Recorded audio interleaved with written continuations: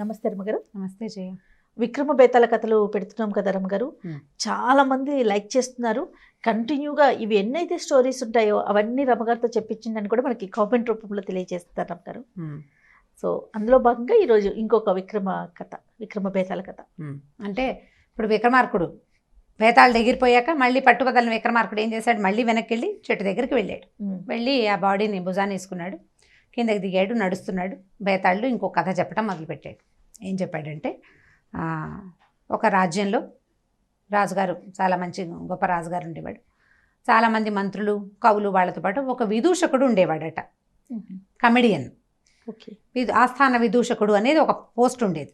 ఈ విదూషకుడు ఏంటంటే ప్రతి ఆస్థానంలోనూ, రాజాస్థానాల్లోనూ సరదాగా మాట్లాడేవాళ్ళు, జోవియల్గా మాట్లాడుతూ సందర్భాన్ని, అంటే సభని కొంచెం అంటే మనోరంజకంగా ఉంచడం అనేది అప్పుడు కూడా ఉండేది, పాతకాలంలో కూడా. ఆస్థాన విదూషకుడు ఈ రాజ్యంలో ఉన్నవాడు ఏంటంటే మహాకోతి. అతను అమిత వాచాలుడు, ఎక్కువగా మాట్లాడేవాడు. అసలు ఏం మాట్లాడుతున్నాము, ఏమంటున్నాం అనేది ఒళ్ళు తెలిసేది కాదు. అయితే ఎవరినైనా ఏదైనా ఎక్కిరిచ్చేవాడు, హేళన చేయటం, ఎక్కిరించడం, ఏదో ఒకటి అనటం, ఏమన్నా మన మాట్లాడడం, తమాషాగా మాట్లాడుతూనే తప్పులు ఎత్తి చూపించటం, మీరు అది కదా ఇది కదా అని అంటాం, ఇలా చేసేవాడు. అయితే అందరికీ అతనంటే ఒళ్ళు మంటగా ఉండేది. కానీ అతను ఏం మాట్లాడినా రాజుగారు నవ్వేవాడు. ఆయన పగలబడి నవ్వేసరికి మిగిలిన వాళ్ళు ఏం చేస్తారు, రాజు నవ్వితే మిగిలిన వాళ్ళు నోరు మూసుకు కూర్చోడానికి వీల్లేదు, వీళ్ళు కూడా నవ్వాలి కదా, అందరూ నవ్వేవాళ్ళు. అయితే ఆ విదూషకుడు వల్ల వీళ్ళకి రాజ్యానికి ఒక మేలు జరుగుతుండేది. ఇప్పుడు ఈ రాజస్థానాల్లో ఏముంది, కొన్నాళ్ళు గడవగా అధికారులు స్థిరపడిపోయి రాజుని పడగొట్టడానికి ప్రయత్నాలు చేస్తుండేవాళ్ళు. అలాంటిది ఒక సెంటెన్స్ అందినా అందకపోయినా, అంటే మన వ్యక్తుల్ని బట్టి వీడు ఇలాంటి వాడు అని మనకు కొంత తెలుస్తుంది కదా. విదూషకుడు అంటే వాడు ఒట్టి వాగుడుకాయగా కాదు, తెలివిగా ఉంటాడు, తెలివి ఉన్నవాడే, తెలివి తక్కువ వాడు కాదు, తెలివి తక్కువగా వాగటం కాదు, అది తెలివైన వాచాలతే అనమాట. వాళ్ళ ఇంటెన్షన్ కొంచెం తెలుసుకుని రాజుకి అందేలాగా, ఈ నలుగురికి తెలిసిపోయేలాగా ఇతను ఎక్కిరింతగా వాళ్ళ మీద మాట్లాడేసేవాడు.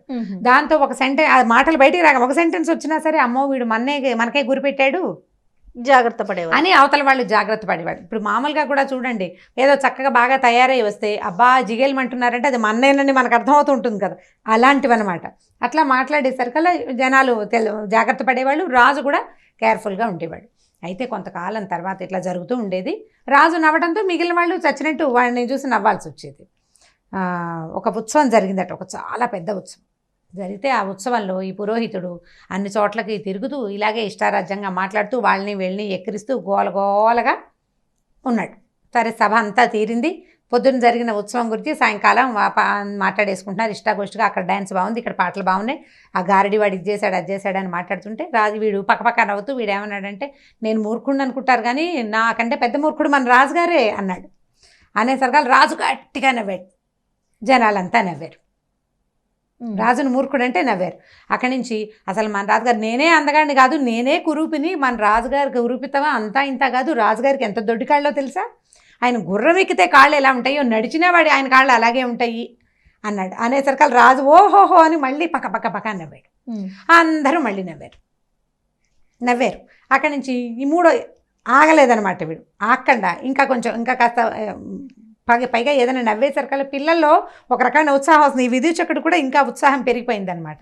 అక్కడి నుంచి ఏమన్నాడు, నేనే వాగుడుకాయని అనుకుంటారు, నాకంటే పెద్ద వాగుడుకాయ మన రాజుగారే, అసలు ఈయన మాట్లాడే మాటలకి జనాలు చెవులు మూసుకోవాల్సిందే అన్నాడు. దానికి రాజుకు నవ్వొచ్చేసింది. వచ్చేసరికల్లా అందరూ నవ్వారు, పగలబడి నవ్వేస్తున్నారు. సభ అంతా ఉక్కిరి బిక్కిరి అయిపోతుంది నవ్వులతో. వీడేమన్నాడు, మన కర్మ, మన దేశం చేసుకున్న పాపం ఏమిటంటే ఈ కురూపి, ఈ దొడ్డికాళ్ళవాడు, ఈ పిచ్చివాగుడు బాగే రాజు, ఈ మందబుద్ధి, ఈయన మూర్ఖుడు, నాకంటే మూర్ఖుడు రాదు, ఈ బట్టతల రాజుని భరించాల్సి వస్తుంది, అదంతా మన కర్మ అనేసరికల్లా రాజు నవ్వడం మానేశాడు. రైమని లేచి నుంచున్నాడు. ఆపింకా ఏంటి వాచాలుడు, ఇంత పిచ్చివాగుడు బాగుతున్నావు అనేసరికల్లా వీడు ఏమన్నాడో, ఏ మాటకి రాజుకి అంత కోపం వచ్చిందో ఈ విదూషకుడికి అర్థం కాలేదు. వాడు తెల్లబోయి, నేనేమన్నాను ప్రభావం, ఏమన్నావా, నీ నోటికి వచ్చినట్టు వదరుతావా, అరే వీడిని పట్టుకోండి రా, వదరిపోతుంది, సింహాలకి ఆహారంగా వేసేయండి, పట్టుకోండి వీడిని అన్నాడు. సభ అంతా నిర్ఘాంతపోయింది. ఆలఫీసాడు అని అట్లా అయిపోయేసరికి అలా. సరే ఏం చేశారు, వెంటనే సైనికులు రాజుగారు ఏ చెప్తే చేయాలి, వీడు విదూషకుడు అని అదని వాళ్ళకేం పట్టింది, గబగబా వాడిని పట్టుకున్నారు, వాడిని కాస్త తీసుకెళ్ళిపోయారు, చెరసాల పడేసేసారు. రేపు పొద్దున్నే సింహానికి ఆహారంగా వేసేయాలి వాడిని. అక్కడి నుంచి ఏమైంది వీళ్ళంతా సభ అంతా తెల్లబోయింది, పొద్దుట సరదా అంతా పోయింది, సాయంకాలపు సరదా అంతా పోయింది. ఎవరు వాళ్ళు తెల్లమొహాలు వేసుకుని సభ మెల్లిగా నిష్క్రమించారు జనం అంతా. రాజు కూడా రివరివలాడుతూ వెళ్ళిపోయాడు. ఆయనకి ఏం చేయాలో అర్థం కావట్లేదు, వెళ్ళిపోయాడు. వెళ్ళేసరికల్లా ఈ విదూషకుడికి ఉన్న స్నేహితులు కొంత గుంపు ఉంటుంది కదా, వీళ్ళంతా రాజుని అడిగారు, అయ్యా ఏంటండి ఏదో మాట్లాడాడు, మీరు నవ్వారు, సడన్గా మీరు ఇలా ఇంత ఇదైపోయి ఇంత సింహానికి ఆహారం అంటే రేపు పొద్దున్న చచ్చిపోతాడు, మన దేశం ఎంత తోడుని కోల్పోతుంది, మీరు ఏదైనా చెయ్యండి అంటే నేను చేయలేను, ఎందుకంటే నేను సింహాలకు ఆహారం అని సభలో చెప్పా, దానికి తిరుగు నేనేమి చేయను, దానికి వేరేగా నేను చేయడానికి కుదరదు. సింహం కనుక వీడిని తినకపోతే నాకు ఓకే, ఆ సింహం తినలేదనుకో బతికిపోతాడు, ఏదో రెండు సింహానికి దొరికితే ఇంకా ఏం బతుకుతాడు, ముందు అది మీద పడేసరికి గుండె అయిపోతుంది, బతికితే నేను ఇంకా వాడిని ఏమన్నాను చెప్పాడు. అక్కడి నుంచి వీళ్ళు ఏం చేశారు, ఆ సింహాలు వాడి దగ్గరికి వెళ్ళి, సింహం ఎవడైతే దాన్ని చూస్తాడో వాడి దగ్గరికి వెళ్ళి, ఒరే ఇవాళ రాత్రి దీనికి బాగా మెక్కబెట్టరా ఫుల్గా, పీకల దాకా దానికి తిండి పెడితే మర్నాడు పొద్దున్న దానికి ఆహారం అవసరం ఉండదు, వారం దాకా అది తిండు, అందుకని వాడికి డబ్బిచ్చి బాగా మాంసాహారం తెప్పించి ఇప్పుడు సింహాన్ని మేపేసేయి, రేపు పొద్దున ఇంకా అది వాడి దేవుళ్ళకి వెళ్ళకుండా ఉంటుందని చెప్పారు. చెప్పి అక్కడి నుంచి విదూషకుడిని చూడడానికి వెళ్ళారు. ఈ ఏర్పాటు చేశాము, ఇదేమిట్రా ఏ మాటకి రాజుకి ఇంత కోపం వచ్చిందిరా, ఏమిటి ఇట్లా అయిపోయింది, నువ్వు ఇలా అయిపోతున్నా అంటే వాడేమన్నాడు, రెడీ అయిపోయాడు విదూషకుడు చనిపోవటానికి. ఎందుకంటే అంత ప్రీతిగా ఉండే రాజు తను ఏమన్నా నవ్వి తన అన్న మాటకి ఒక్కసారి కూడా ఎదురాడని రాజు అన్ని సంవత్సరాలుగా అతనికి రెచ్చిపోయాడంటే ఎందుకు రెచ్చిపోయాడు, ముందు నుంచి అలవాటు ఉంది, రెచ్చిపోయాడు అంతే కదా. ఇప్పుడు సింహానికి ఆహారానికి తయారైపోయాను, నేను విదూషకుడుగానే చచ్చిపోవాలి, దీనంగా చచ్చిపోను నేను, నాకు మంచి విచిత్రంగా నిలబడే రకంగా ఉన్న బట్టలు కుట్టించండి, అక్కడి నుంచి బాగా గజ్జలు అవి కాళ్ళకి చేతులకి కట్టుకునేందుకు గజ్జలు కావాలి నాకని అడిగాడు. సరే వీళ్ళు ఏం చేశారు, రాత్రి ఓ దర్జీవాణ్ణి పట్టుకుని వాడికి రంగులతోటి పుచ్చు టోపీ ఒకటి, చూడంగానే నవ్వొచ్చేలాంటి ఒక విచిత్రమైన డ్రెస్సు కుట్టించారు. అక్కడి నుంచి పొద్దున్నే 10 గంటలైంది, పొద్దున్నే ఎవరి పనులు వాళ్ళు చేసుకున్నారు. 10 గంటలకి బహిరంగంగానే సింహానికి ఆహారంగా వీళ్ళు అక్కడ ఆ ఊళ్ళో శిక్ష. సరే ఏం చేశారు, ఈ 2 తలుపులు ఉన్నాయట ఆ బోన్కి, వీడో చోట ఒక బోన్లోకి వీడిని తోస్తారు, దానికి ఇంకో తలుపు ఉంది బయటికి. ఈ సింహం ఇది వచ్చే లోపల ఆ 2వ తలుపు దగ్గరికి వెళ్ళిపోరా, 2వ తలుపు మనిషి ఇట్లా ముట్టుకోగానే ఓపెన్ అయిపోతుంది, లోపల నుంచి మనుషులు ముట్టుకునేసరికి పై ఎత్తున పట్టుకుంటాం కదా, సింహం కింద ఎత్తున పట్టుకుంటుంది అని చెప్పారు అతనికి ఏర్పాటుగా. అక్కడి నుంచి ఏమైంది, సరే సింహం వచ్చింది, వీడిని అన్ని వస్తువులతోటి వీడిని కూడా ప్రవేశపెట్టారు. పెద్ద బుట్టలాంటివి ఆకుపచ్చ, పసుపచ్చ, ఎరుపు, నలుపు, తెలుపుతోటి రకరకాల రంగులతోటి విదూషకుడు అంటే చిత్ర వేషధారణతో ఉండి అన్ని గజ్జలుగా కాళ్ళ నిండా గజ్జలు కట్టుకున్నాడు. సరే వాడిని ప్రవేశపెట్టేసరికల్లా ఏమైంది, ఈ సింహం ఒక చోట పక్కన పడుకున్నది, వీడిని లోపల తోశారు, తోసి తలిపేసేసారు. తలిపేయంగానే వీడేం చేశాడు, ఒక్క ఎగిరెగిరి అదేదో కోతిలాగా చిట్టగా డ్యాన్స్ చేశాడు. జనమంతా గొల్లుమని నవ్వారు ఆ బట్టలతోటి. ఆ పైగా అతను నడుస్తుంటే 10 మంది డ్యాన్స్ చేసేవాళ్ళు నడుస్తున్న శబ్దం వస్తుందన్నమాట, ఆ సౌండ్. రాజు కూడా పుక్కిలింతలుగా నవ్వొచ్చింది, అలవాటైపోయింది, నవ్వు ఆపుకున్నాడు బలవంతంగా. ఈసారి ఏమైంది, ఈ సింహం అది చూసింది వీడికేసి బద్ధకంగా, ఆల్రెడీ నిన్న రాత్రి ఫుల్గా తినేసింది, అట్లా చూస్తోంది, ఈ రంగులుగా ఉన్నది, మెల్లిగా లేచింది. వీడు ఒక్కోడు చేసినట్టు కాకపోతే ఈ గల్లు అన్న శబ్దానికి అది కొంచెం బెదురుతోంది అనమాట నడుస్తుంటే. ఇన్ని రంగులు, మనిషి ఏమో మొహం ఒకటే కనపడుతోంది, గల్లుమని శబ్దం. సరే అదేం చేసింది, వీడు ఈ 2వ తలుపుకి వెళ్ళే లోపలే అది దూకడానికి ప్రయత్నం చేస్తున్నట్టుగా, అంటే ఎవడో వచ్చాడు వాడి మీదకి దూకుదామనుకుంది, దూకబోతోంది. వీడేం చేశాడు, మళ్ళీ ఎగిరి ఆ శబ్దం పెంచాడు, సౌండ్ పెంచేసరికల్లా ఆగిపోయింది. ఈ లోపల 2వ తలుపు మీద ఇతను పై వైపున ఇతని చేతులు పడంగానే తలుపు ఓపెన్ అయిపోయింది. బతుకు జీవుడా అని ఇతను బయటకు వచ్చేసాడు. సింహ బతకంగా ఉంది, అది చూస్తూ కూర్చుందనమాట. జనాలు అంతా కేరింతలు కొట్టారు, అమ్మాయి విదూషకుడు బతికిపోయాడు, సింహం నుంచి తప్పించుకున్నాడు. ఎందుకంటే మామూలుగా శిక్షల్లో ఏమిటి, ఒకడు తప్పించుకున్నాడు అనుకో, సింహం తినేదాకా వాడిని ఆ బోన్లోనే ఉంచేవాళ్ళు. అయితే రాజుగారు ముందు రోజు రాత్రి వరం ఇచ్చాడు, ఏమిటి, వాడు సింహం కనుక తినకపోతే వాడిని వదిలేస్తానని. బయటకు వచ్చేసాడు. సరే వాడి వస్త్రాలన్నీ ఉడదీశారు, మామూలు బట్టలు ఇచ్చారు. రాజు మళ్ళీ వాడిని హక్కుని చేర్చుకున్నాడు. కానీ వాడు వాగుడు మానేశాడు, అతువాగుడు మానేశాడు. ఇప్పుడు సరే ఈ కథ చెప్పాడు బేతాళుడు. చెప్పి రాజుని అడిగాడు, రాజా అన్నిసార్లు నవ్వే రాజు అకస్మాత్తుగా ఎందుకు కోపం వచ్చింది ఆయనకి, ఎందుకు ఇతన్ని చంపేసేంత ఉధృతమైన కోపం రాజుకి ఎందుకు వచ్చింది, సమాధానం తెలిసి చెప్పకపోతే నీ తల పగిలిపోతుంది, సమాధానం చెప్పమన్నాడు. రాజుగారికి సమాధానం అర్థమైపోయింది ఏమిటి అని. ఇప్పుడు వాడు ఏమన్నాడు, రాజు మూర్ఖుడు, రాజుకి దొడ్డికాళ్ళు, రాజుకి అతివాగుడు అన్నాడు. చిట్ట చివరిది రాజుకి బట్టతల అన్నాడు. ఈ మొదటి 3 అబద్ధం. రాజుగారికి దొడ్డికాళ్ళు లేవు, రాజుగారు మూర్ఖుడు కాదు, రాజుగారు వాచాలుడు కాదు. కానీ ఆఖరి మాట నేను బట్టతల ఉంది చూసావా, అది నిజం. ఓకే. ఎప్పుడైనా సరే నిజాన్ని బాహాటంగా చెబితే ఎవరికీ నచ్చదు. నీకు లేనిది అంటే నవ్వొస్తుంది, నీకు ఉన్నదాన్ని నలుగురిలో చెప్తే ఒళ్ళు మండిపోతుంది. అందుకు రాజుకి కోపం వచ్చింది. ఆయన బట్టతల సంగతి కిరీటం కింద దాక్కుంటుంది బట్టతల ఎప్పుడు. ఓహో. తల మీద ఏదో క్యాప్ పెట్టుకుంటాడు, ఎవరికి కనపడదు. రాజుగారికి బట్టతల అని తెలిసిపోతే ఎట్లా? దాంతో ఆయనకు ఒళ్ళు మండిపోయింది. నా బట్టతల గురించి ఎత్తుతాడు, నా బట్టతల అయితే మాత్రం వీడికెందుకు గుండెలు, నా బట్టతల పేరు చెప్పడానికి అని కోపం వచ్చేసింది ఆయనకి. ఎవరైనా సరే నీ ముక్కు వంకరగా ఉందంటే ఎంత కోపం వస్తుందో వంకర ముక్కు వాడికి. వంకర ముక్కు లేకపోతే కోపం రాదు, నవ్వు వస్తుంది కదా. ముక్కు వంకరగా ఉందంటే మా అమ్మ నాన్న ఇలాగే ఇచ్చారు, ఒళ్ళు మండిపోతుంది. ఇప్పుడు రాజు కాబట్టి చంపేయడానికి ఉధృతం వచ్చేసింది స్పీడ్గా. మన బట్టి మామూలు వాళ్ళు ఏం చేస్తాము, ఆ మాట అంటే నీకు జుట్టు పలచన, నీ ముక్కు వంకర, నీ కళ్ళు చిన్నవి, అలాంటివి డైరెక్ట్గా అంటే కష్టంతో వస్తుంది బాగా. కోపం వచ్చి తన కోపాన్ని చూపించగలిగే అవకాశం ఉంది కాబట్టి రాజు వెడికి శిక్షేశాడు అని చెప్పంగానే బేతాళుడు నవ్వాడు. రాజా, చాలా సరిగ్గా చెప్పావు, కానీ నువ్వు మౌనభంగం చేసావు, నేను వెళ్ళిపోతున్నాను అని చెప్పేసి మళ్ళీ బేతాళుడు చేటెక్కాడు. బేతాళుడు వెళ్ళిపోగానే పట్టుబదలని విక్రమార్కుడు మళ్ళీ వెనక్కి తిరిగి ఆ బేతాళుడు ఆవహించినటువంటి శరీరాన్ని తేవడానికి మర్రి చెట్టు వైపుకి నడవటం మొదలుపెట్టాడు. కథ కంచికి మనం ఇంటికి. సూపర్, చాలా బాగుంది. ఇలాంటి కథలు ఎన్ని ఉన్నాయో పిల్లలకి భలే ఇంట్రెస్టింగ్ అనిపిస్తుంది. ఇప్పుడు పిల్లలకు కాదు, పెద్దవాళ్ళకి ఇంట్రెస్టింగ్ గా ఉంది. ఇప్పుడు నీకు కూడా ఇంట్రెస్టే కదా చాలా. సో ఈ కథలు తెలుసుకోండి. ఇందులో ఉన్న ధర్మ సూక్ష్మం మనంతటా మనం బయటికి తీయడానికి ట్రై చేయడం కూడా మంచి ఆలోచనే. బ్రెయిన్కి పదును పెరుగుతుంది. అవును, పిల్లలకి చెప్పేటప్పుడు కూడా దీనికి ఇంకొక 4-5 మంచి మాటలు మనం ఇప్పుడు ఉంటే, నేను కథ చదివాను, అదొక 5 పేజీలు ఉందనుకోండి జయ, మీకు 5-8 నిమిషాల్లో నేను చెప్పేస్తున్నాను. అందులో ఉన్న మొత్తం ఆశాంతమైన విషయం నేను మీకేం చెప్పను, అది నేను అర్థం చేసుకుని మీరు చెప్తారు, నా భాషలో నేను చెప్తాను. తల్లులు విన్న తల్లులు వాళ్ళ భాషలో వాళ్ళు చెప్పుకోవాలి. అయితే మీరు కంటెంట్ ఇప్పుడు నేను ఎట్లా ఫ్రేమ్ మాత్రం అదే ఉండాలి. అలాగే ఈ ఫ్రేమ్ని ఇలా యథాతథంగా అందిస్తే ఇవి ముందుకెళ్తాయి కథలు. ఖచ్చితంగా రమ్మగారు. థ్యాంక్ యూ సో మచ్ రమగారు. ఓకే జయ. నమస్తే రమగారు. నమస్తే జయ. రమగారు, విక్రమార్కుడు స్టోరీలు, విక్రమార్కుడికి సంబంధించి కొన్ని కథలు చెప్పుకున్నాం కదా. ఆయన పుట్టుక, ఆయన పరిపాలన అసలు ఏ విధంగా సాగింది, ఎందుకంటే 2000 సంవత్సరాల పాటు ఆయన పరిపాలించారని వింటూ ఉన్నాము. దీనికి సంబంధించి ఇన్ఫర్మేషన్ ఏమన్నా ఉంటే చెప్పండి రమగారు. అంటే విక్రమార్కుడు ఉన్నాడా, నిజంగా జరిగిందా అంటే ఉన్నాడు. మనం చెప్పుకునే కథలన్నీ కొంత ఎగ్జాజరేటెడ్గా కూడా ఉంటుండొచ్చు. ఇదివరకే కూడా ఈ మాట చెప్పాం మనం. జనరల్గా అలా చెప్పుకుంటాం, కొంచెం ఎక్కువ చెప్పుకుంటాం కదా. వెళ్ళిపోయిన కాలం గురించి బాగా చెప్పుకుంటుంటాం, మనం ఘనంగా చెప్తాం. ఈ విక్రమార్కుడు పుట్టుక ఏంటంటే, ఆయన ఒక బ్రాహ్మడు, ఒక దేశంలో చంద్రకేతు అనుకుంటా తండ్రి పేరు. ఆయన ఏంటంటే బాగా చదువుకోవాలని ఆసక్తి ఉండేదట అతనికి.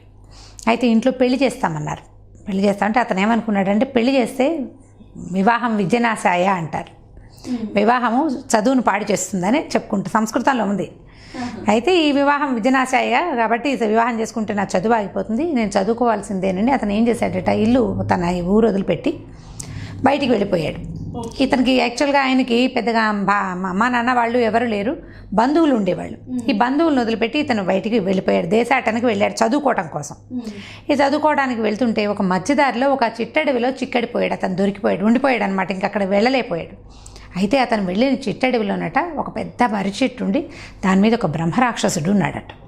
ఆ బ్రహ్మరాక్షసుడు ఇతన్ని పట్టుకుని తినేస్తానన్నాడు. అనేసరికల్లా ఈయన బతిమలాడాడు, బాగా నేను చదువుకోవాలనుకున్నాను, నాకు విద్యాభ్యాసం కావాలి నాయన, బాగా చదువుకోవాలని ఉంది, ఇట నీ అర్ధాంతరంగా ఇలా చిన్నతనంలోనే చనిపోతే ఎట్లాగా అని అడిగేసరికల్లా బ్రహ్మరాక్షసుడు అన్నాడు, సరే నేను ఒక పని చేస్తాను, నేను నీకు విద్య కదా కావాలి, నేను చెప్తాను, నేను చెప్పింది చెప్పినట్టు నువ్వు రాసేయమన్నాడట.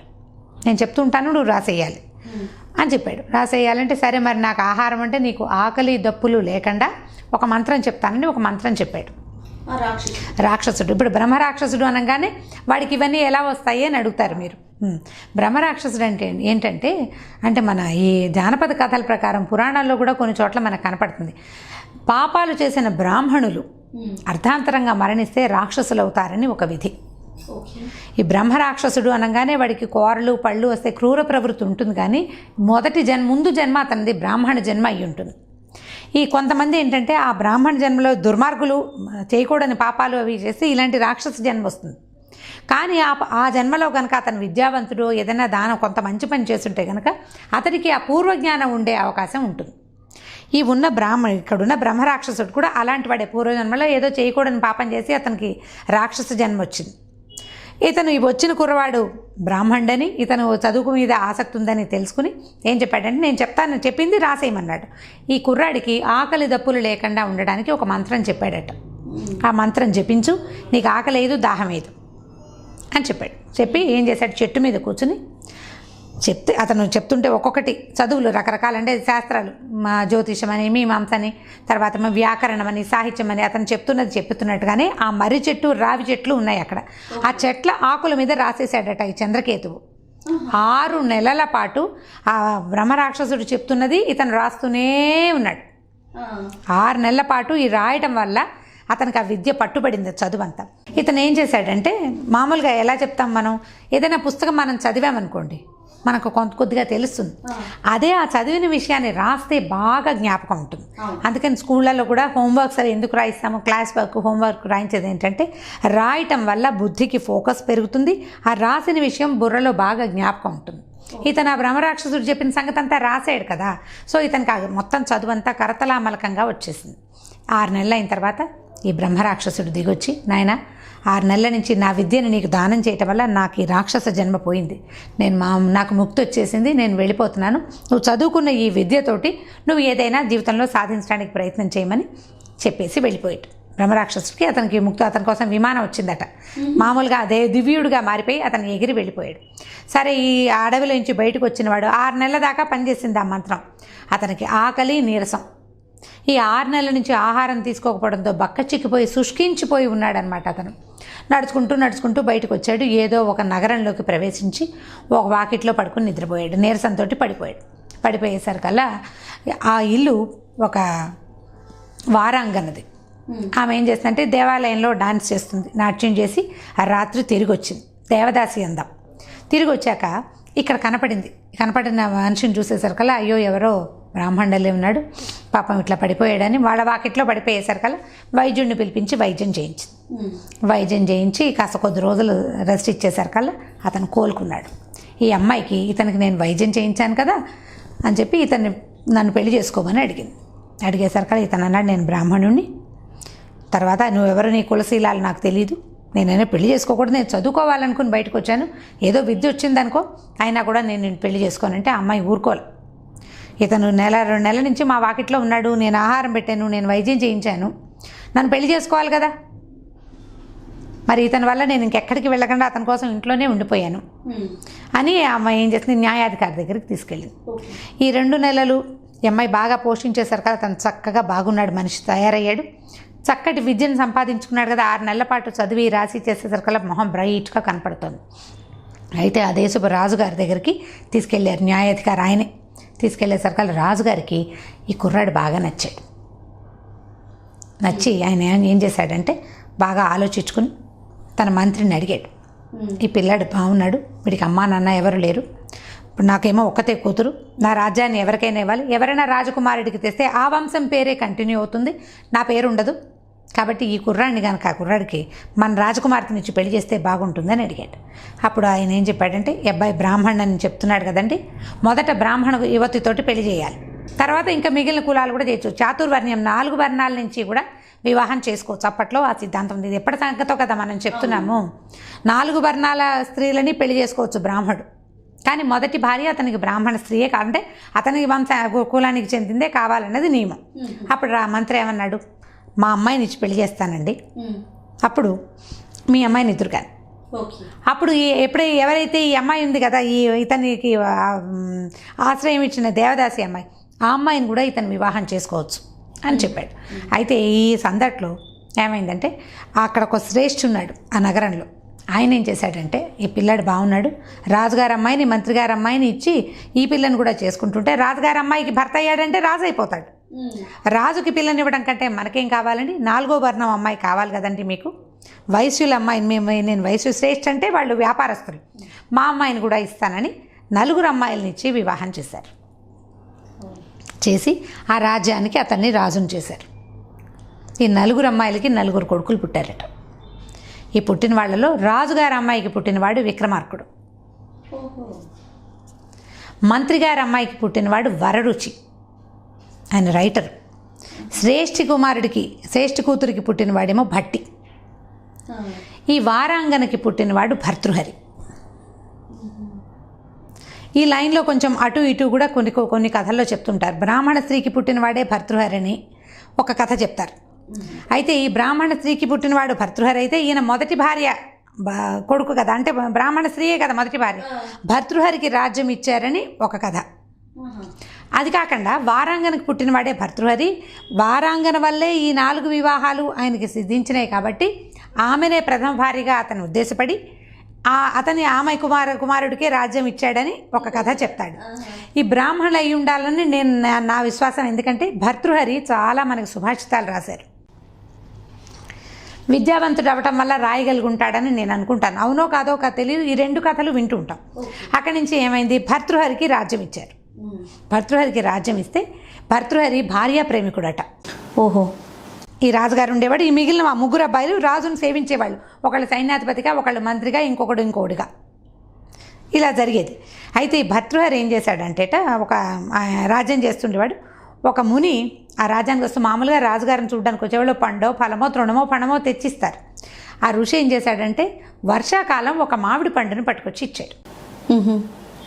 భర్తృహరి ఏమనుకున్నాడంటే అకాలంలో పళ్ళు కాస్తాయి. ఇప్పుడంటే మనకి ఎప్పుడు పడితే అప్పుడు మామిడికాయలు కనపడుతున్నాయి. పాతకాలంలో ఏ సీజన్లో పడ్డా ఆ సీజన్లో, సీజన్ తప్పితే మల్లెపూలు కనపడేవి కాదు, కోయిల కూతలు వినపడేవి కాదు, మామిడికాయలు వచ్చే అవకాశము లేదు. ఆ ఇచ్చిన మామిడి పండుని ఈయన తను తినకుండా భార్యకి ఇచ్చాడట. ఆ భార్యకి కొంచెం ఇతరత్ర స్నేహాలు ఉన్నాయి. ఆవిడ తన స్నేహితుడికి ఆ పండునిచ్చింది. వాడు రాణిగారి తోటి స్నేహం చేస్తాడు, కానీ వాడి జీవితానికి సరిపడా స్నేహం వాడికి కూడా ఉంది. వాడు ఏం చేస్తాడంటే ఒక కూరలమ్మే అమ్మాయి అతని స్నేహం, ఆ అమ్మాయికి ఆ పండిచ్చాడు.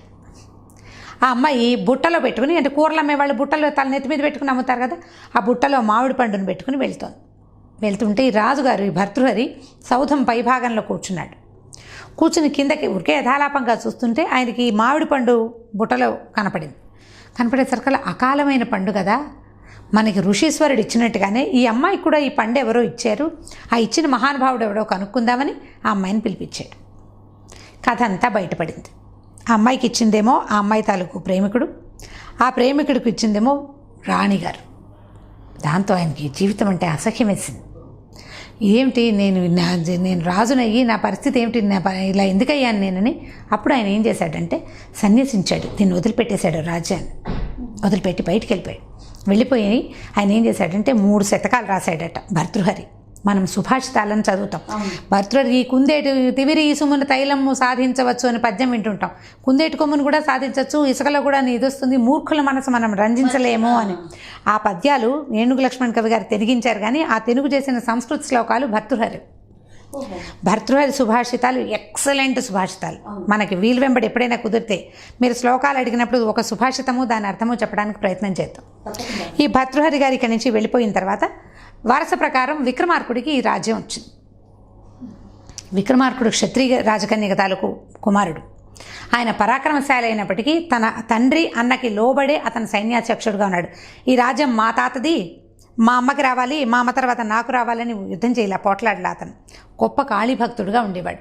ఈ విక్రమార్కుడు ఏం చేశారంటేట ఆ దేశంలో ఉజ్జయిని నగరానికి చివరిలో ఒక పెద్ద కాళికాదేవి అమ్మవారి ఉండేదట. ఇది కాళీభక్తుడు తరచుగా అక్కడికి అమ్మని సేవించడానికి వెళ్ళేవాడు. అయితే ఆవిడ ఇతని తాలూకు ఉత్తమ గుణాలు, ఆయన లక్షణాలు చూసి ఆవిడ అమ్మవారికి చాలా ప్రీతిపాత్రమైన భక్తుడుగా ఉండేవాడు. ఈ రకరకాల భక్తులు అతను చేసే ఏదైనా రాజ్యం కోసం ఏదైనా చేయాలంటే తన మెడ నరుక్కోవటానికి కూడా సాహసించేవాడు. పరమ సాహసి. ఏ పనైనా చేసేసేవాడు ఆయన. ఏం చేయాలన్నా వెనక్కి తీసేవాడు కాదు. ఇలా ఉండి క్రమంగా అతని ప్రభ పెరగటం చూసి స్వర్గానికి మనం కథ చెప్పాము. ఇంద్రుడు విక్రమార్కుడిని పైకి తన స్వర్గానికి పిలిచాడని, రంభావరోసుల తాలూకు నాట్యంలో గొప్పతనాన్ని తెలుసుకోమన్నాడని. ఈ తెలుసుకున్న తర్వాత ఆయన ఏం చేశాడంటే ఈ విక్రమార్కుడి తాలూకు ప్రతిభా విశేషాలను గమనించిన ఇంద్రుడు ఒక సింహాసనాన్ని బహుకరిస్తూ 1000 ఏళ్ళు ఈ సింహాసనం మీద నువ్వు రాజ్యం చేస్తావు అని చెప్పి ఆ సింహాసనాన్ని పంపించాడు. స్వర్గం నుంచి ఇంటికి కిందికి దిగి వచ్చేసాడు. ఇప్పుడు ఈయన రాజు అయ్యాడు కదా, భట్టి మంత్రి అయ్యాడు. మనం భట్టి విక్రమార్క కథలు అని వింటుంటాం. ఆ భట్టి విక్రమార్కుడు తాలూకు పేరు కాదు, భట్టి తమ్ముడు పేరు, అతను మంత్రి. భట్టికి చెప్పాడు, అయ్యా మనకి 1000 ఏళ్ళు రాజ్యం చేస్తామయ్యి మనం ఇంద్రుడు వరం ఇచ్చాడు, ఈ సింహాసనం వచ్చేస్తుంది చూడు అనేసరికల్లా భట్టి అన్నాడు, సరే నువ్వు 1000 ఏళ్ళు బతుకుతావు, మరి నా సంగతి ఏమిటి అని అడిగాడు. అడిగేసరికల్లా విక్రమార్కుడికి ఆ బాబాలే పొరపాటు చేశాను, ఆ ఇంద్రలోకంలో స్వర్గంలో ఆ ఉన్న హడావిడికి ఆయన చెప్పిన మాటలకి నాతో పాటు భట్టి కూడా ఉండాలని నేను అడగలేదయ్యా, చాలా పొరపాటు చేశాను, ఏం చేయాలి ఇప్పుడు? నేను 1000 ఏళ్ళు ఉంటా, నువ్వు ఉండవు. 1000 ఏళ్ళు ఎక్కడుంటుంది? అప్పట్లో 100 ఏళ్ళు 120 130 ఏళ్ళు బతికేవాళ్ళు. ప్రజలంతా వెళ్ళిపోతారు, రాజుగారు యంగుగా అలాగే ఉంటాడు, ప్రజలతో పాటు మంత్రి కూడా వెళ్ళిపోతాడు కదా. దాంతో చాలా చింతాక్రాంతుడైపోయాడు రాజు, ఏం చేయాలని. భట్ అన్నాడు, ఉండు, నువ్వు కంగారు పడకు, దీనికి ప్రతిక్రియ నేను చేస్తాను, నేను ట్రై చేస్తాను. ఇప్పుడు నువ్వు ప్రయత్నం చేసి 1000 ఏళ్ళు నువ్వు సాధించుకున్నావు, నేను తర్వాత పని నేను సాధిస్తానని చెప్పాడు. వీళ్ళిద్దరూ కూడా సమానమైన సాహసం కలిగిన వాళ్ళు. ఓహో, బట్టి అండ్ విక్రమార్కుడు. ఎందుకంటే బహువిద్యావంతుడైన తండ్రి బ్రహ్మరాక్షసుడి దగ్గర ఆయనకు వచ్చిన శాస్త్రం, అన్ని శాస్త్రాలని 6 నెలల్లో నేర్చుకున్న తండ్రి అవటం వల్లే భర్తృహరికి కూడా విద్వత్తు తండ్రి వల్లనే వచ్చింది. ఇప్పుడు తండ్రి వల్ల విద్వత్తు, తల్లి వల్ల పరాక్రమం వచ్చింది విక్రమార్కుడికి. అలాగే వస్తాయి కదా తల్లిదండ్రుల లక్షణాలు. తండ్రి వల్ల విద్వత్తు, తల్లి వల్ల తెలివితేటలు వచ్చినాయి భట్టికి. ప్లాన్డ్గా చేయటం, ఫోకస్డ్గా చేయటం. వ్యాపారస్తులు అంటే ఏంటి? ఫోకస్సే కదా వాళ్ళు. వ్యాపారం అంటే తెలివితేటలు. బట్ ఏం చేశాడట, ఆ రోజు సాయంకాలం ఈ ఉజ్జయిని నగరంలో చివరున్నటువంటి అమ్మవారి దేవాలయానికి వెళ్ళాడు. అప్పట్లోనట ఈయన వెళ్ళి గుళ్ళోకి వెళ్తే అమ్మవారు గుళ్ళో లేదు, సంచారానికి వెళ్ళిందిట ఆవిడ. ప్రతిరోజు నగర సంచారం చేస్తుంది చీకటి పడ్డాక అమ్మవారు. మనం భద్రకాళి కథలు వాటిల్లో వింటాం, అమ్మవారు సంచారానికి వెళ్తుందని, నగర సంచారం చేస్తుంది, రాత్రిపూట బయటికి వెళ్తుందని, ఎదురుపడ్డ వాళ్ళని ఎదురుకకు చచ్చిపోతారు, ఇలాంటి కథలు వింటూ ఉండేవాళ్ళం. ఇదివరకు పాత జానపద కథల్లో కనపడేది, ఈ కథలో చెప్తారు. గుళ్ళో కూర్చున్నాడు భట్టి జపం చేసుకుంటూ. సంచారానికి వెళ్ళిన అమ్మవారి తిరిగి వచ్చింది. ఏమయ్యా నా కోసం చూస్తున్నావంటే, అమ్మ విక్రమార్కుడు 1000 సంవత్సరాలు జీవించి ఉండటానికి వరం తీసుకుని వచ్చాడు దేవేంద్రుడి దగ్గర, నాకు కూడా కావాలి. నేను భట్టి లేకుండా విక్రమార్కుడు లేడు, ఉండలేడు. నేను విక్రమార్కుడు తోటే ఉండాలి కానీ నేను చచ్చిపోదలుచుకోలేదు. నా కోసం ఏదైనా చెప్పు నువ్వు, నేను 2000 ఏళ్ళు ఉండాలి, నువ్వేం చెప్తావో చెప్పన్నాడు. అనేసరికల్లా ఆవిడంది, ఏముందయ్యా 1000 ఏళ్ళు బతికే పరమసాహసికుడైన విక్రమార్కుడు ఉన్నాడు కదా, వాడి తల నరికి తీసుకురా, నీకు 2000 ఏళ్ళు ఇస్తానంది. అలాగే అని లేచి వెళ్ళిపోయాడు భట్టి. లేచి వెళ్ళి విక్రమార్కుడికి చెప్పాడు, నీ తల తెస్తే నన్ను బతికించి ఉంచుతానందయ్యా కాళిక అని చెప్పి ఠకీమని విక్రమార్కుడి తల నరికి చేత్తో పుచ్చుకుని తీసుకెళ్ళిపోయాడు. తల నరికేసాడు. నరికి తీసుకెళ్ళి పాదాల ముందు పెట్టాడు. అమ్మ ఇదిగో పరమసాహసికుడైన విక్రమార్కుడు, అతని తలని తెచ్చా, నాకు ఇవ్వాల్సిన వరం ఇవ్వు నువ్వు అన్నాడు. కాళికి నవ్వింది, నీ తెలివిరా, నువ్వు మామూలు వాడివి కాదు, 1000 ఏళ్ళు బతకాల్సిన విక్రమార్కుడు, నువ్వు తల తిరిగినా ఈ తల వెళ్ళిపోతుంది వెనక్కి.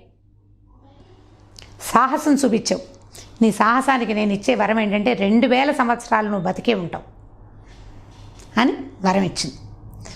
భట్టి సంతోషంగా వెళ్ళిపోయాడు. ఈ తల ఎగిరి విక్రమార్కుడికి వెళ్ళిపోయింది.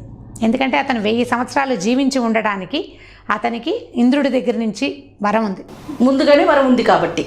తల తరిగినా తల వెళ్ళిపోతుంది, అతని తల అతనితో పాటు వెళ్ళిపోతుంది అతని దగ్గరికి. అమ్మవారికి ప్రదానం చేయటం కోసమే తల అక్కడ ఉందంతే. వెళ్ళేసరికల్లా విక్రమార్కుడు జీవించే ఉన్నాడు. ఇద్దరు కావలించుకున్నారు ఒకళ్ళనొకళ్ళు, భలే చేసావు, చాలా బాగా చేసావని. అప్పుడు భట్టి అన్నాడు, 2000 ఏళ్ళు బతుకుతాను నేను అన్నాడు. విక్రమార్కుడు, ఒరి నాయన భలేవాడివి, నేను 1000 ఏళ్ళే ఉంటాను, నువ్వు 2000 ఏళ్ళు ఉంటే ఎలాగరా అంటే, ఇందులో ఇంకో కిటుకుంది, ఇంద్రుడికి తెలీదు, అమ్మవారికి అర్థం కాలేదు. ఆవిడ నవ్వింది అప్పుడే. ఆవిడకి తెలుసు వీడి తెలివి, నీ తెలివి సామాన్యమైంది కాదని చెప్పింది. 1000 ఏళ్ళు రాజ్యం చేయమన్నాడు ఇంద్రుడు, నువ్వు 1000 ఏళ్ళు రాజ్యం చెయ్యాలి. దానికి ఏం చెయ్యాలి? 6 నెలలు సంవత్సరంలో రాజ్యం సింహాసనం మీద ఉండి రాజ్యం చెయ్యి, తర్వాత 6 నెలలు దేశాటన చేద్దాం నువ్వు నేను కలిసి. నేను 2000 ఏళ్ళు బతికుంటాను, నువ్వు 1000 ఏళ్ళు రాజ్యం చేస్తావు, మిగిలిన 1000 ఏళ్ళు నువ్వు రాజ్యం చేయవు, నాతో పాటు దేశాటన చేస్తావు. బాగుంది కదా ఉపాయం? తెలివి, మహా తెలివి.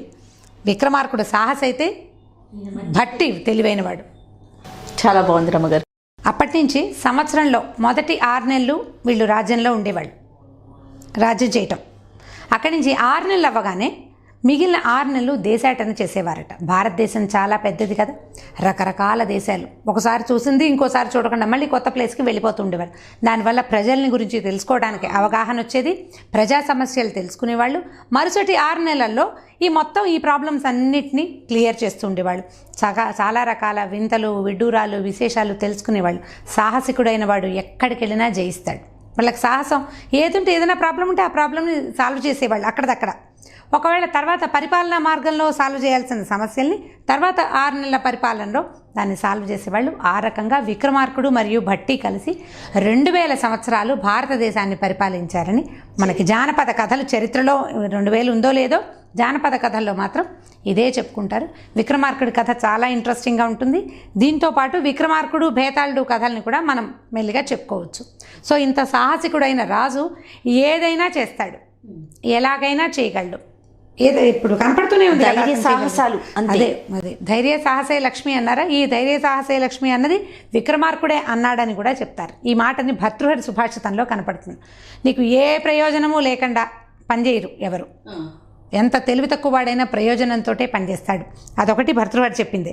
ఈయన ప్రయోజనం కోసమే 6 నెలలు తిరిగేవాడు. ఒట్టిగా రోడ్ల వెంబడి తిరిగితే ఏమొస్తుంది? ఏమీ రాదు. వింతలు, విశేషాలు, విడ్డూరాలు తెలుసుకుంటాము. కొండలు, పర్వతాలు ఎక్కుతాము. ఓ కొండెక్కి దిగాక ఆ లోపల మంచినీళ్ళు ఉన్నాయని తెలుసుకున్నాడు అనుకోండి, వచ్చే సంవత్సరం ఆ మంచినీళ్ళని స్వామి కార్యం స్వకార్యం సిటీలోకి మళ్లించడానికి ప్రయత్నం చేసేవాళ్ళు. అట్లా ప్రజానురంజకంగానే ఈ మొత్తం భారతదేశాన్ని విక్రమార్కుడు పరిపాలించాడు.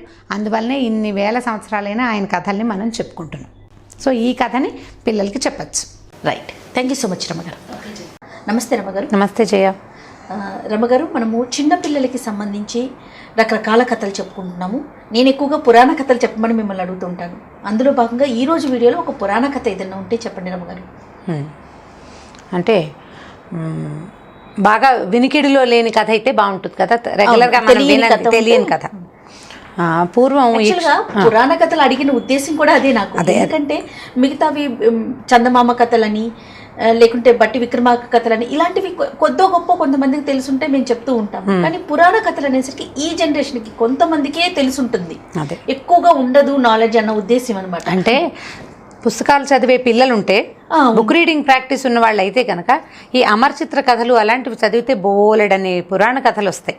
అమర్చిత్ర కథలలో అసలు ఒక 30-35 పుస్తకాలు నేను ఒకటేసారి బంచ్ మన హైదరాబాద్లో బుక్ ఫెయిర్ పెడతారు. అవును. ఈ బుక్ ఫెయిర్లో అమర్చిత్ర కథలు తెలుగువి, ఇంగ్లీష్వి కూడా దొరికేస్తాయి, హిందీవి కూడా ఉన్నట్టున్నాయి. ఆ మొత్తం బంచ్ అంతా తెచ్చుకుంటే ఒక మొత్తం ఫుల్ బంచ్ కొన్నాం అనుకోండి, పిల్లలు ఒక రోజులో ఒక పుస్తకం చొప్పున చదివేస్తారు. కానీ చాలా జ్ఞానం తెలుస్తుంది, చాలా విషయాలు బ్రీఫ్గా మొత్తానికి కథ తెలిసిపోతుంది. బాగా అంటే చిన్న చిన్న విషయాలు, లో సంగతులు తెలియకపోయినా ఓ రాజు, ఆయన 3 కొడుకులు అలాంటి వివరం మాత్రం చక్కగా తెలుస్తుంది. మా పిల్లలు కూడా అవే చదివేవాళ్ళు. మంచి కథ అంటే మొదట మేము మా చిన్నప్పుడైతే మీ దగ్గర చందమామ అయిపోయిందేమో, మీరు వచ్చే నాటికి చందమామ లేదు, మా దగ్గర చందమామ ఉండేది. మేము పురాణ కథలు, ఈ విక్రమార్క కథలు అన్నీ చందమామల్లోనే చూసుకునేవాళ్ళం. కొంచెం పెద్దవాళ్ళు చెప్పేవాళ్ళు. పురాణ కాలక్షేపాలు ఒకటి చేసేవాళ్ళు జయ ఊళ్ళల్లో. ఈ పురాణ కాలక్షేపాల దగ్గర ఏంటంటే ఆయన ఏదో ఒక రుక్మిణి కళ్యాణం చెప్తారనుకో, ఒట్టి రుక్మిణి కళ్యాణం కాకుండా మధ్యలో ఎన్ని పిట్ట కథలు వచ్చేవో, ఎంతమంది గురించి ఎన్ని రకాల. శిశుపాలుడు వస్తాడు, శిశుపాలుడి కథ, ఆయన శిశుపాలుడి పుట్టక, శిశుపాలుడి మరణం, అదో పెద్ద కథ అయిపోతుందా? అలా ఒక 10-12 కొత్త కథలు తెలుస్తాయి. ఒక పురాణ కథ వింటే ఓ 10 కథలు తెలిసేవి. చిన్నప్పుడు వేరే కాలక్షేపాలు లేవు. ఎప్పుడైనా ఊళ్ళలో మరి జరుగుతున్నాయి అంటారా పురాణ కథలు? ఇప్పుడైతే నాకు తెలిసి మాకు తెలియదు పురాణ కథలు తక్కువ. ఇప్పుడేం లేవేమో మరి. మా చిన్నప్పుడు అంటే జరిగేవి భాగవత్ సప్తాహాలని అవన్నీ ఇవన్నీ ఉండేవి. ఇంకప్పుడు కాలక్షేపాలు లేవు. అప్పుడోటి సినిమాలు చూసేవాళ్ళం. రేడియో ఉండేది, టీవీ అసలు లేనే లేదు కదా. ఇది లేకపోవడంతో ఖాళీ టైం అంతా ఏం చేస్తాము, ఇక అవి వినేవాళ్ళం. సాయంకాలం పూట చీకటి పడ్డాక పురాణ కాలక్షేపం జరిగేది. ఈ పురాణాల్లో ఒక కథ చెప్పడం మొదలు పెడితే 10 కథలు వస్తాయి, బాగుండేది. అయితే ఇప్పుడు మన పురాణ కథకు వద్దాం. పూర్వం ఇక్ష్వాకు వంశానికి చెందినటువంటి నిమి అనే ఒక చక్రవర్తి ఉండేవాడట. మనం శిబి కథ విన్నాం కదా, ఇలా చిన్న అక్షరాల పేర్లు అప్పుడు కూడా పెట్టుకునేవాడు.